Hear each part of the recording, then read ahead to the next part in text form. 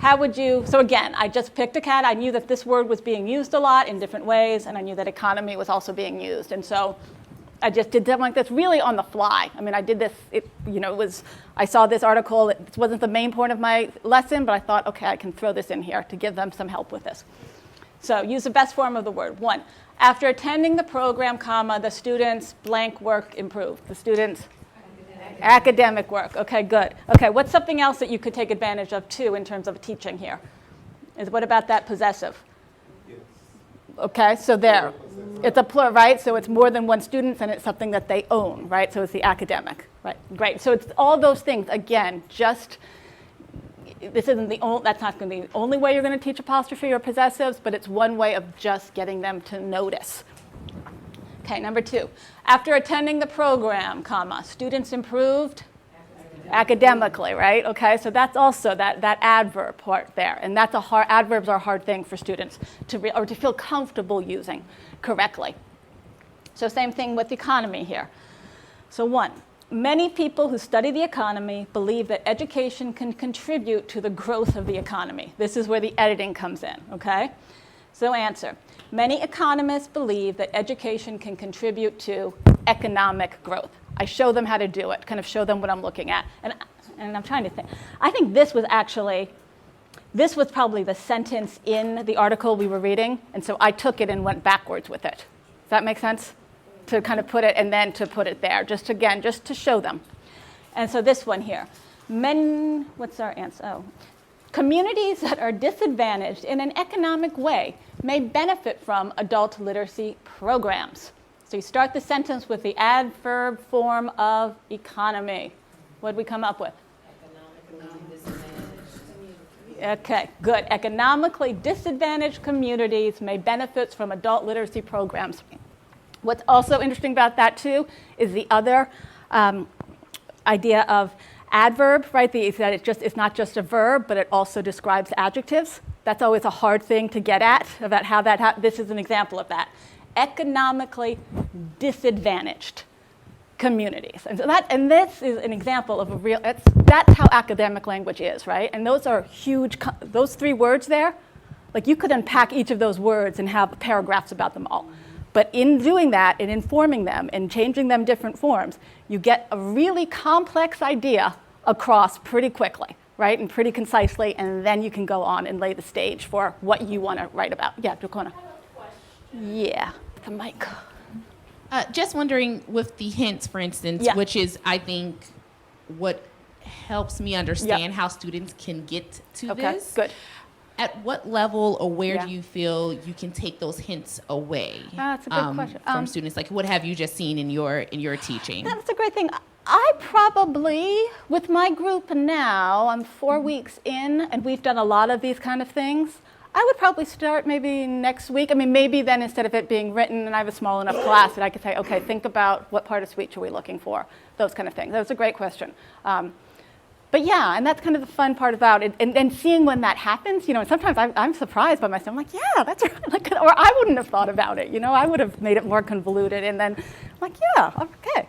So, but great question. And again, I think with scaffolding, and I don't know how helpful this is for pre-GED, but is there some way that you could think of bringing it down a notch, doing the same kind of thing, but in really simple sentences and that same kind of idea? Okay, so maybe that's, and I'm sorry I don't have an example of that, but that's all. Yes?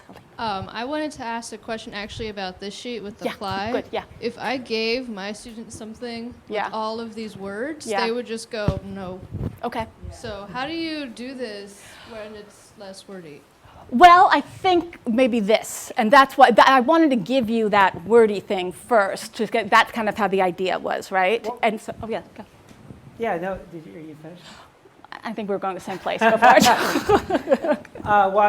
When Sasha gave me this, I looked this over, and Sasha took a lot of time, right, in preparing all of this, and some of us don't always have enough planning time as we would like. And also the research funding. I mean, it was a whole bunch of stuff. Yeah. And I was doing it for my career and all that stuff. So I was thinking, what could be a way that would be that we could do this if we didn't have a whole lot of time, right? If we wanted to do that. And maybe you could ask your students, what are some of the different forms. They might come up with like maybe 3 words, right? And that's fine. But if you had those forms written down like on a piece of paper, okay, and then you just wrote them on a piece of flip chart or on the board, okay, and then you could go over with them. You say, how can we categorize these?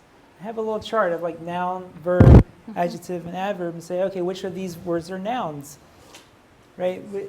Which of these words are verbs, right? So they get a chance to apply what you've been teaching them about parts of speech. Yeah. Right? Yeah. So that's a great question. Again, this is just something that kind of came out of my head, and this is the way that I did it. There's so many other ways to do it. The idea, though, I think the big takeaway is just, can you do something that's going to help students think about language?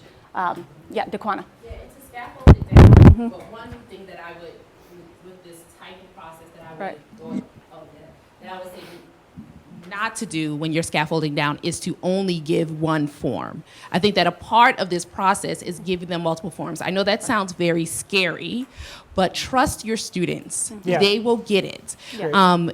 And one way to maybe scaffold it down is to give maybe 3 of the forms at a time or something like that, and you're working on worksheets that point to those 3, and then allowing, as the weeks go by, for the students to start to add some of these onto a chart. So have it as a running chart where you maybe yourself give them 4, so maybe 2 of the nouns, 2 verbs, and 1 adjective, and then you work towards the rest of them. You give them articles where they're looking for things that may possibly come from the word apply.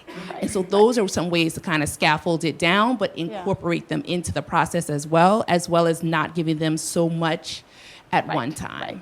Yeah, no, excellent. And other ways too, just in terms of oral language, I know you've all heard this before, but how our language is changing so much, how text, right, it was always a noun, right? It was never a verb. Now it's a verb, right? Because of language and technology, right? To text. Google, right? But now it's not even a word, and now we have it in many different forms.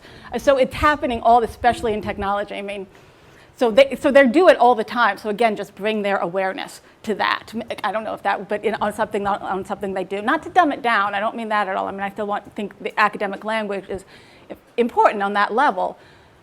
But also just that we do it all the time, and you do it all the time without knowing what you're doing, right? So when we were speaking about reading a whole bunch of stuff about Ebonics, and one of my students, I think is Green Door, said ebonically speaking or something, and I just don't know if I'm like, that's so great. I don't know if that's a word though, but it should be, or it should, but he was like, yeah, look what you just did. You just used an adverb there, because it made sense. Like, well, ebonically speaking, da da da da. I'm like, yes.